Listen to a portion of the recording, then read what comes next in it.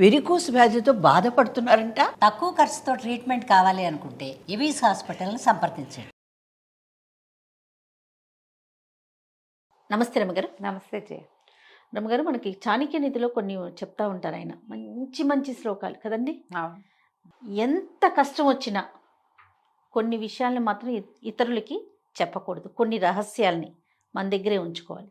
ఏంటవి అసలు చాణక్యుల వారు ఏం చెప్పారు? చాణక్యుడు చెప్పింది 2000 సంవత్సరాల నాడు కదా, అందులో ఒక 80-90% యూజ్ అవుతాయి జయ. ఇప్పటికీ కూడాను ఒక 10% ఆ కాలానికి తగినవి అవి, ఈ కాలానికి తగింది కాదు. మరి అంతే ఉంటుంది కదా రమ్మగారు, కాలానుగుణంగా ఉంటాయి కదా ఏదైనా. అవును, సాధారణంగా మనం చూడు, ఎవరికీ చెప్పకూడని రహస్యాలు కొన్ని మనకుంటాయి మన జీవిత చరిత్రలో. మన చిన్నప్పటివి, ఫ్యామిలీ హిస్టరీస్, మనవే పొరపాట్లు, మనం చేసిన మోసాలు చేస్తారు ప్రతి వాళ్ళకి, మనుషులు కదా మనం, ఏవో వస్తాయి. అవి మనం రివీల్ చేస్తే దొరికిపోతాం కదా. అసలు ఎవ్వరికి చెప్పకూడదు. చెప్పకూడదు, ఎక్కడున్నా సరే ఒక్కసారి బయటికి వెళ్ళిందా అంతే కదా. మన రక్త సంబంధికులకు కానీ, కట్టుకునే వాళ్ళకి కానీ, అంటే వాళ్ళకి తెలిసినప్పుడు తెలుస్తుంది. మన నోటితో చెప్పకూడదు, చెప్పకూడదు. ఇప్పుడు కూడా, ఇప్పుడు మనం చూడు, ఈ పెళ్ళిళ్ళు వాటిలలో వ్యవహారాల్లో ఒకళ్ళ సంగతులు ఒకళ్ళు భార్యాభర్తలు చెప్పేసుకోవటం ఎంత పెక్కి ఊర్లైపోతాయి చేయాలి. ఎన్ని కేసులు హ్యాండిల్ చేస్తున్నారు రమ్మగారు మీరు కదా. రహస్యం చెప్పేసి దొరికిపోవటం, అది చెప్పకూడదమ్మా వాటిని. ఇప్పుడు జరిగిపోయిన దాన్ని మనం ఎలాగో మార్చలేం. మోసం చేయటమా అంటావు, వెంటనే నీకు ఆ క్వశ్చన్ ఉంటుంటుంది, మోసం చేయొచ్చా అంటావు. మోసం కాదు అది, దీన్ని మోసంగా భావించద్దు. ఎప్పుడో జరిగింది ఏదో విషయం, ఇప్పుడు దానికి ప్రజెంట్ మన జీవితానికి సంబంధం లేదు. ఆ కాలం అది, ఆ రోజున అది అట్లా అయిపోయింది. ఇప్పుడు అది చెప్పటం వల్ల ఇక్కడ జరిగే మేలేమీ లేనప్పుడు, కీడు ఉండే అవకాశం ఉన్నప్పుడు ఎందుకమ్మా చెప్పటము? ఇక్కడ ఫెయిర్గా ఉండటం లాంటివి తీసి పక్కన పెట్టాలి, అంతేనండి. డెఫినెట్గా ఫెయిర్గా ఉండటం అంటే ప్రజెంట్ ఫెయిర్గా ఉండు, ఇప్పుడు పొరపాట్లు చెయ్యొద్దు. పూర్వంలో నీకేదైనా మోసం చేసే లక్షణం ఉన్నా, లేదా మోసం నువ్వు చేసినా, అది ఇప్పుడు చేయకు. లాయల్గా ఉండటం అంటే ఈ ప్రజెంట్ లాయల్గా ఉండు.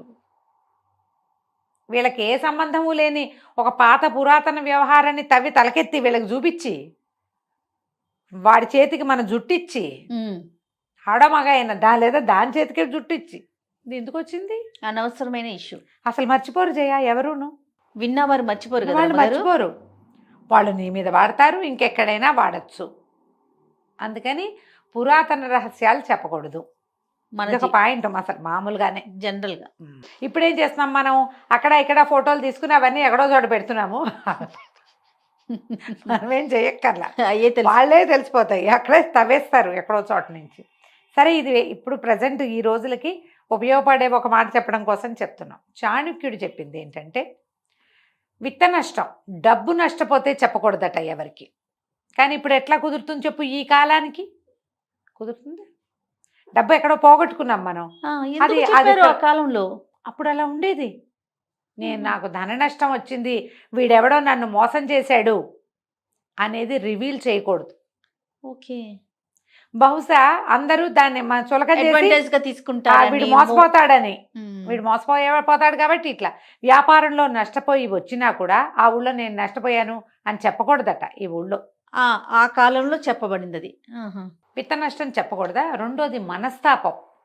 మనకి చాలా తీవ్రమైన బాధ ఉంది లోపల, దాన్ని కూడా రివీల్ చేయొద్దంటారు. మనసులోనే ఉంచుకోవాలి. దీనివల్లైనా మనకి అసన్ఘాతంలాగా లోపల తగిలేస్తుంది దెబ్బ, అవమానం. అలాంటి వాటి చెప్పకూడదు. ఫలానా చోట ఇలా జరిగింది, వాళ్ళు నన్ను ఇలా అన్నారు, నాకు అది చాలా బాధ కలిగింది, అవి చెప్పొద్దంటారు. చెప్పకూడదట. ఎందుకు చెప్పకూడదో డిస్కస్ చేద్దాం దాని మీద. మనం ఆయన చెప్పిన వాక్యాలు చెప్తున్నాం. తర్వాత గృహిణ్యాహ చరితం, నీ భార్య యొక్క చరిత్ర ఇతరులకి చెప్పద్దు. ఇప్పుడు అలా ఉందమ్మా లోకం? లేదు.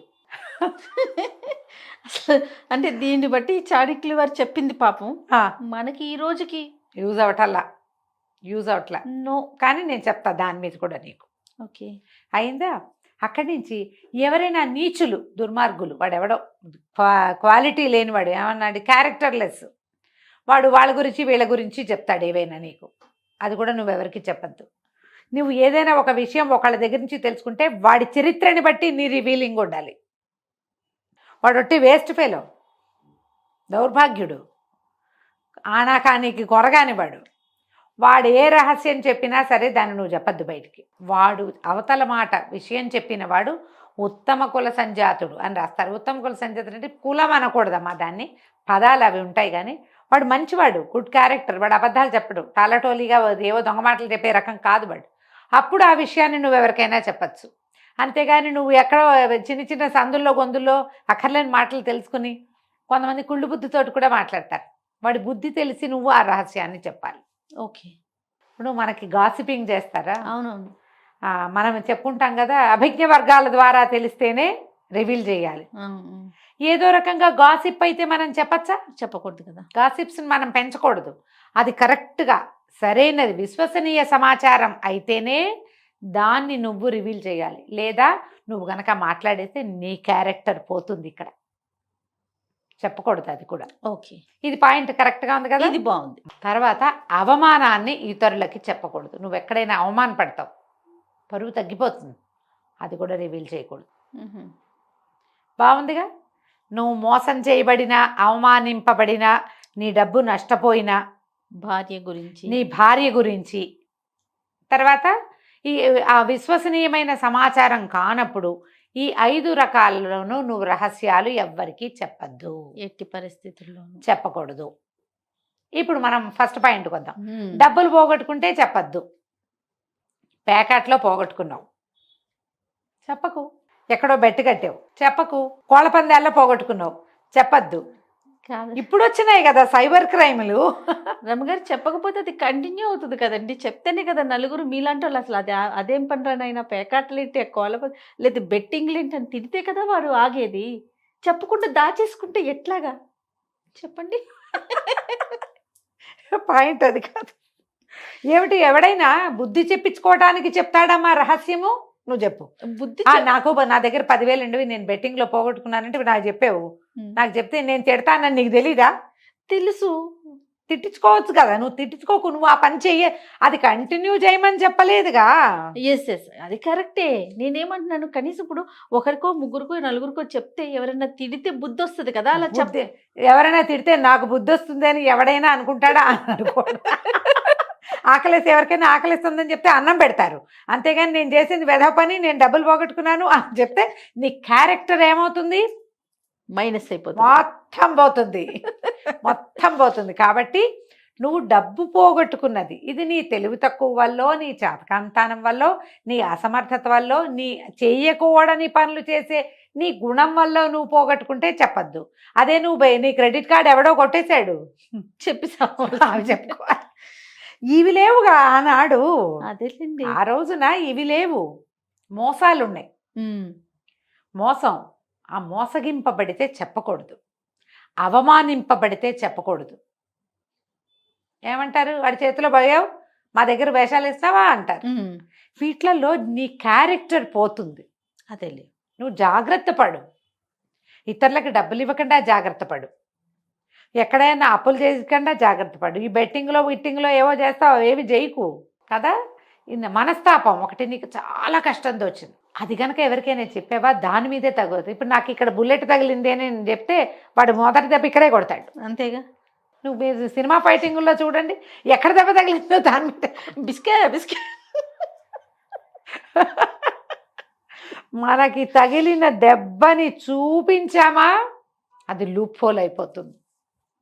ఆ రహస్యాలు చెప్పకూడదు. ఓకే, చెప్తా ఒక కథ.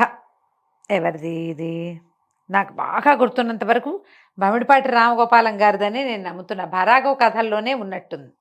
ఈయన ఒక ఆయన ఫ్రెండ్ ఇంటికి పండగకి వెళ్తాడు.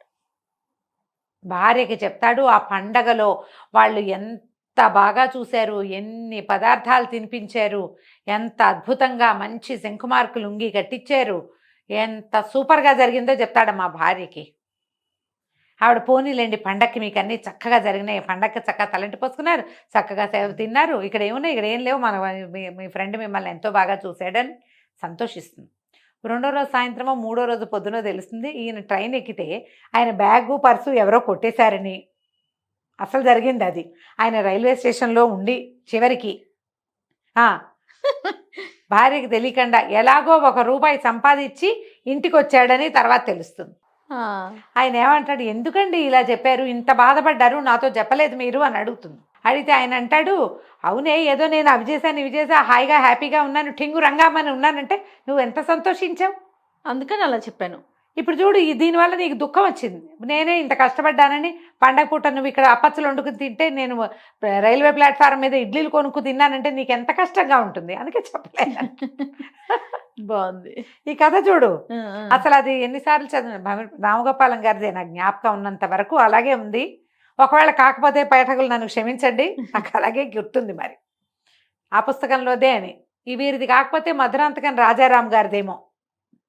వీళ్ళిద్దరిలో ఎవరో ఒకళ్ళది పాత పుస్తకపు కథ. ఎప్పుడో ఒక 25-30 ఏళ్ల క్రితం చదివా. ఇటీవల చదివాను. ఓకే, ఎప్పుడో చదివాను. వీళ్ళిద్దరిలో ఒకరిది. ఎంత నచ్చిందో ఆ కథ నాకు. అవమానం చెప్పకూడదు. దానివల్ల మన సొంత వాళ్ళకి మనస్తాపం కష్టంగా ఉంటుంది. నీ శత్రువులు ఒకవేళ అవతల వాళ్ళకి నీ మీద చులకన భావం ఉందనుకో, అది పెరిగిపోతుంది. ఓకే. తర్వాత గృహిణ్యాహ చరితం. ఇప్పుడు గృహిణి అంటేమా పూర్వపు రోజుల్లో భార్య భగవంతుడిచ్చిన నేస్తం. ఎలాంటిదైనా ఆమెను తనతోటే ఉంచుకోవాలనే కాలం అమ్మా అది. ఈ పెళ్ళాలు వదిలేయటాలు, లేచక్కబోటాలు, ఇంకోళ్ళని తెచ్చుకోవటాలు, రెండో పెళ్ళి మూడో పెళ్ళి అప్పుడు లేవు. 2-3 పెళ్ళిళ్ళు చేసుకుని వాళ్ళు రాజులు బ్రాహ్మణుల్లో కూడా అన్ని జాతుల్లోనూ 2 భార్యలు 3 భార్యలు ఉండేవాళ్ళు. ఈ వదిలేయటం అలాంటివి ఉండేవి కాదు. భార్య పెళ్లి చేసుకున్న తర్వాత ఆమె అంత మనలాంటి సేమ్ కులం కాకపోయినా తెలిసేది కాదు కదా. అప్పుడు చెప్పకూడదు, అది చెప్పకూడదు. భార్య యొక్క తండ్రో తల్లో అంత మంచివాళ్ళు కాదనుకో, ఆమె చిన్నతనం నీకు తెలిసినంత ఫెయిర్ కాదు, ఏమిటో అక్కడ ఫిషి, అది కూడా చెప్పకూడదు. చెప్పకూడదట. భార్య రహస్యం చెప్పకూడదు. ఇప్పుడు దీని మీద నేను ఇంకొక పాయింట్ చెప్తా, ఈ కాలానికి ఉపయోగపడేది. నువ్వు భార్యతో ఉండదలుచుకోలేదు, మీ ఇద్దరు మ్యూచువల్గానో ఇంకో రకంగానో విడిపోదలుచుకున్నారు. నువ్వేదో చెప్తావో ఏం చేస్తావో నీ కర్మ. కానీ నీతోటే ఉంటే, నువ్వు ఆమెను నీతోటే ఉంచుకుంటే, ఆమె క్యారెక్టర్ గురించి ఇతరుల దగ్గర మాట్లాడద్దు. దానివల్ల నీ జీవితం మిజరబుల్ అవ్వటమే కాకుండా మీ పిల్లల జీవితం మిజరబుల్ అవుతుంది. ఇలా చేస్తారు కదా, మా ఆవిడ గయ్యాళని, అన్నం ఉండదని, వాళ్ళ తమ్ముడు అదేని చెప్తుంటారు. 100% చెప్పేస్తారు కదా. వేళాకోళం ఎక్కిరింతగా వాళ్ళ నాన్న అలాగా అమ్మలాగా. ఇవి మీకు సరదాగా ఉంటాయో లేకపోతే మీ లోపల కడుపులో ఉన్న ఆక్రోశాన్ని బయటపెట్టడానికి ఉపయోగిస్తాయో కానీ మీ వెనకాల మీరు అవమానపడతారు. ఒక్కోసారి మొహం మీద కూడా జరుగుతుంది. మీ పిల్లల భవిష్యత్తులు పాడవుతాయి. ఇప్పుడు ఈ కాలం ఏంటి, వదిలించే కాలం, వదిలించుకునే కాలం కదమ్మా. అవును, ఎవరి దారిని వాళ్ళు పోయే కాలం. నేను జడ్జిమెంటల్గా నేను చెప్పలేను ఈ విషయాల్లో. కానీ చాణక్యుడు చెప్పింది గృహిణి అంటే ఏమిటమ్మా, నీ ఇంటిని దిద్దేది, మీ ఇంట్లో ఉండేది, నీ పిల్లల్ని చూసేది, మీ అమ్మా నాన్నకి అనవసరమో ఏదో ఒకటి పడేసేది. రేపొద్దున వాళ్ళు కనుక దాటిపోతే వాళ్ళ తద్దిన నువ్వు పెట్టాల్సి వస్తే నీ పక్కన నుంచునేది. ఆమెని తక్కువ చెయ్యొద్దు. బాగుంది రమ్మగారు, ఈ పాయింట్ అయితే నాకు నచ్చింది కదా. చాలా ఈ కాలానికి ఉపయోగపడే మాట చెప్పాడే చాణక్యుడు. 100%. మొదట విన్నప్పుడు మనకు నచ్చలా. అవును అవును, కానీ ఎంత అవసరం అమ్మా ఇది. చాలా అవసరం. భార్యల్ని చులకన చేయటం, చిన్నబుచ్చటం, నలుగురిలో అవమానపరచటం, ఆమె ఫ్యామిలీను వాళ్ళను తక్కువ చేసేయటం, మీ బాబు మీ అమ్మ అంటాం. ఆమెను తక్కువ చేస్తే ఆవిడ తక్కువ అవ్వదు నాయన, మీరే తక్కువ అవుతారు. ఆ అవమానం మీది. ఆమె సరైంది కాదు, పోనీ మీ సరైనతనం చూపించాలిగా మీరు. అంతేగా, మన సరైనతనం ఒకటి ఉంది కదా. ఎలా ఉన్నా భార్య ఉంచుకోవాలి, బాగా ఉంచుకోండి, మర్యాదగా గౌరవంగా. క్యారెక్టర్ అసాసినేషన్కి దిగద్దు. ఓకే, ఈ పాయింట్ బాగుంది కదా, చాలా క్లియర్గా. ఇక తర్వాత మనం మనస్తాపాలు ఇతరులకి చెప్పకూడదు. అవమానపడింది చెప్పకూడదు. దానివల్ల ఏమవుతామంటే చులకనైపోతాం. ఇప్పుడు మనకి ఇంకొకటి వచ్చింది, ఈ కాలపు అమెండ్మెంట్ ఇప్పుడు చెప్తాను అది కూడా. అప్పటి కాలంలో మనకి మానసిక సమస్యలు, ఎవరైనా మన సమస్యను విశ్లేషించి ఇది చెయ్యి ఇలా చెయ్యి అని చెప్పే కాలం కాదు. కానీ ఇప్పుడు ఆ కాలం ఇది. మీరు వైద్యుడి దగ్గర మనస్సుని తెరవండి. ఒక థెరపిస్ట్ దగ్గర కూర్చుంటే, ఒక సైకాలజిస్ట్ దగ్గర కూర్చుంటే, మనం అవమానపడింది చెప్పకూడదని దాచుకోకండి. ఆ చిన్నప్పటి సూక్ష్మాలు లోపల గుచ్చుకుని ఉంటాయి కదా, మనశ్శల్యం అంటారు, అది లోపల ఉండిపోతే మీరు ఆరోగ్యంగా ఉండరు. అక్కడ మాత్రం మీరు రివీల్ చేయాలి ఈ కాలంలో. ఓకే. చిన్నప్పటి ఇబ్బందులు, ఏవో అబ్యూజివ్ థింగ్స్, చిన్నప్పుడు మీరు ఇతరుల దగ్గర నుంచి ఎదుర్కొన్నటువంటి ఆ చిన్నతనపు బాధలు, వీటిని షేర్ చేయటం వల్ల ఏమవుతుందంటే లోపల నుంచి ముళ్ళు తీసి బయటపడేసినట్టే. దానివల్ల మీరు ఇలా ఉన్నారు అనేది మీకు అర్థమవుతుంది. దాన్ని వదిలించుకుంటే మనం బాగుంటామని తెలుస్తుంది.